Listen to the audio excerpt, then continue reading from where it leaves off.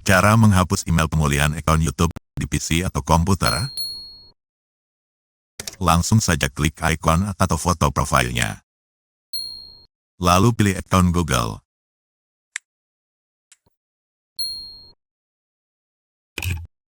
Kemudian buka bagian keamanan.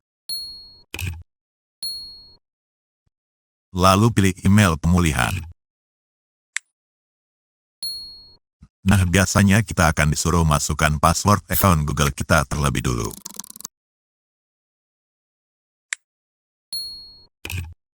Nah, sekarang kita tinggal hapus alamat email yang tertera di sini. Simpan. Nah, berhasil. Untuk meyakinkan kita, lihat kembali pada bagian keamanan akun. Nah, sudah hilang email pemulihannya, alias memang sudah berhasil.